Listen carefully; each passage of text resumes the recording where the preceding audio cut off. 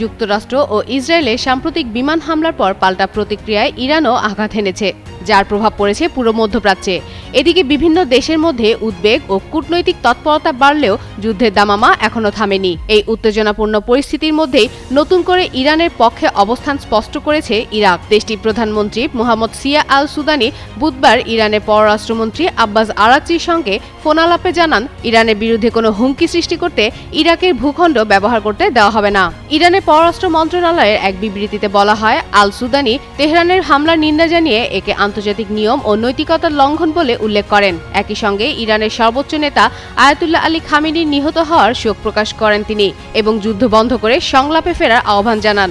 অন্যদিকে Abbas Araghchi হামলার নিন্দা জানানোর জন্য ইরাক সরকার ও জনগণের প্রশংসা করেন এবং বলেন, যুক্তরাষ্ট্র ও ইসরায়েলের নীতির কারণেই অঞ্চলের অস্থিরতা তৈরি হয়েছে। পাশাপাশি সম্ভাব্য ষড়যন্ত্রের বিরুদ্ধে সতর্ক থাকতে আঞ্চলিক ও ইসলামিক দেশগুলোর প্রতি আহ্বান জানান তিনি।